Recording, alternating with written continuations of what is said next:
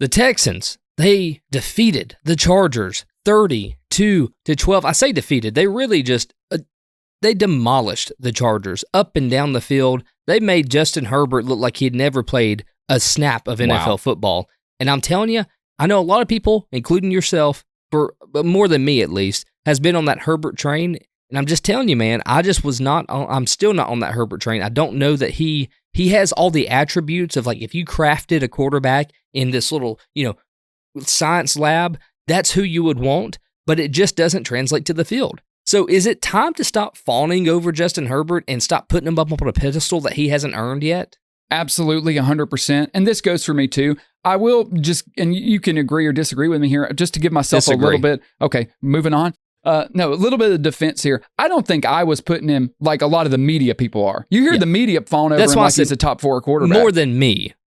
I was definitely higher on him than you. We talked about that in our Kansas City trip when we were ranking quarterbacks. But I wasn't saying like, oh, all he needs is a coach, he can win Super Bowls. It wasn't that. I was just saying he is a really physically talented quarterback if he gets some opportunities. But the playoff game that he lost to Trevor Lawrence, he didn't play great in that.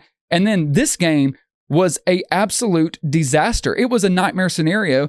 Everyone knows the stat line, 14 for 32, 242 yards, a touchdown, 4 interceptions. That's it. And here's the thing, buddy. It's not even that they were like tight interceptions.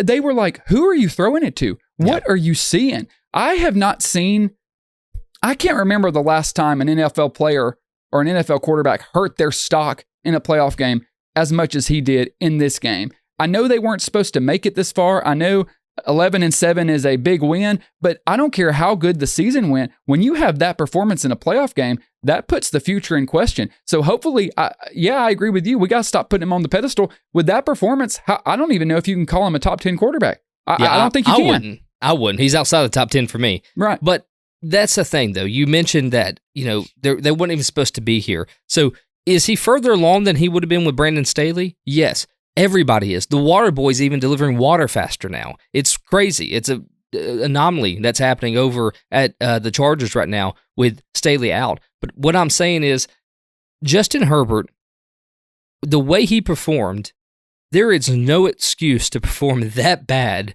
in a playoff game against the Texans. It's not like they were going up against the Ravens or Texans the Bills. Looked dead the past couple of weeks. We picked the Chargers to win. We thought the Texans were going to roll over. Credit to D'Amico and company, and we'll talk about them more in the preview game for next week. That defense showed up. C.J. Stroud showed up. What really swung the game was that play C.J. Stroud made, extending on 3rd down and making that big pass that kept that drive alive before halftime. That really kind of changed the game because the Chargers jumped out to a 6-0 lead. But after that, Herbert just collapsed, Ryan. And to your point, he's farther along than he is with Brandon Staley, but a lot of times the media talk about Justin Herbert as if he's still a rookie.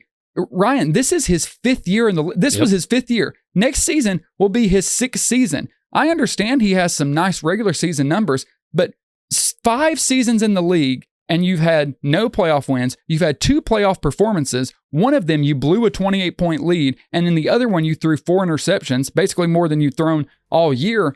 I mean, definitely more than you've thrown all year. That's just unacceptable. No one can say, there's no one to pin the Chargers' loss on it other than Justin Herbert. It is all on his shoulders.